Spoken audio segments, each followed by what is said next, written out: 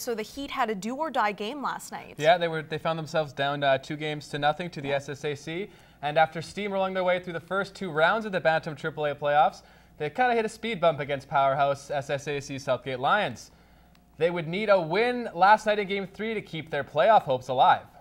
We'll pick it up in the first period. Brandon Goulet on the partial break rips it off the post and in, giving the Heat the 1-0 lead heading into the break. But just 17 seconds into the second, Tyler Benson ties the game up. He gets his own rebound, jams it by Austin McGrath. Later, the Heat retake the lead. Zane Franklin springs Cole Johnson in all alone. He goes backhand on Stuart Skinner. Heat back out in front 2-1. SSAC would tie it up in the third and then take the first lead of the game.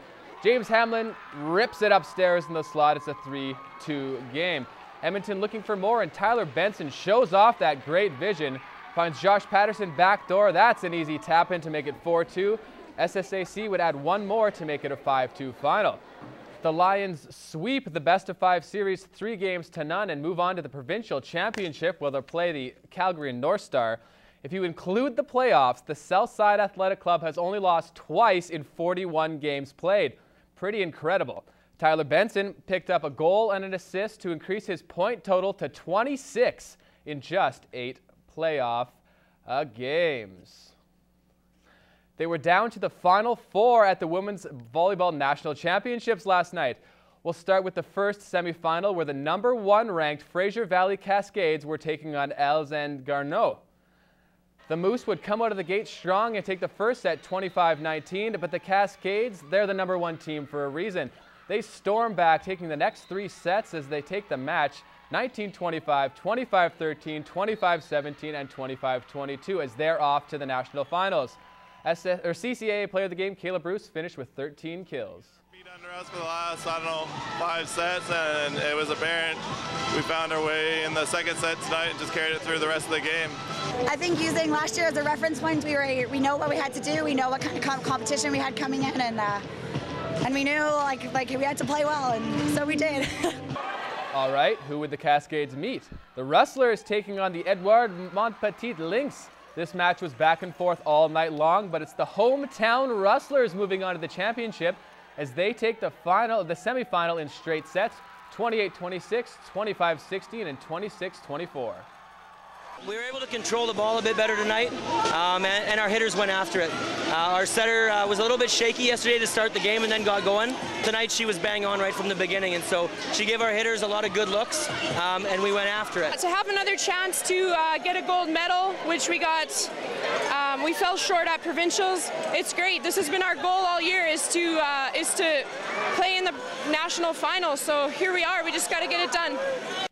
That means the gold medal game will feature the hometown Lakeland Rustlers and those #1 ranked University of Fraser Valley Cascades. The action gets underway at 8:00 p.m. in the Lakeland College Gym, so go down and cheer on the ladies. And we know who's going to be meeting in the national championships tonight, but who's going to be playing for bronze. The College Garneau Alans took on the #1 Huber College in the first qualifier this morning, and Garneau booked a ticket to the bronze medal game by winning in 3 straight sets over the Hawks, 25-22, 25-20, and 25-21. Alice Cloutier led the way for Garneau with 11 kills. And they will be meeting Edouard Montpetit Lynx in the afternoon qualifier after they beat the Ooks 3-1. Marie-Alex Belanger had 14 digs and 15 kills for the Lynx. And that game is underway right now at the Lakeland Gym. So if you want to take in some volleyball, there's going to be a whole night of it going down at the Lakeland Gym. The Lloydminster Kings Husky Red Dogs are gearing up for another Capital District Minor Football Association season. The club began tryouts this week, hoping to find the right mix of players to build another championship team. 60 young men are put through the paces trying to catch the eye of head coach Rod Kirby and earn a spot on this year's roster. About 25 players are returning from last year's championship squad, meaning plenty of spots are up for grabs. For me, I look for that extra little bit of desire, determination. I also look at how they are, how they get along with the rest of the teammates. Rosters don't have to be set until March 29th, but Coach Kirby wants to have his team picked by next week, giving the Red Dogs time to practice and build chemistry. It's very important that when you get 45 guys together that they all get along, because that's going to, in the long run, that's going to attribute as much to your success as your ability on the field. And the Red Dogs aren't just looking to bring in role players. Last year's starting quarterback, tailback, and middle linebacker won't be returning.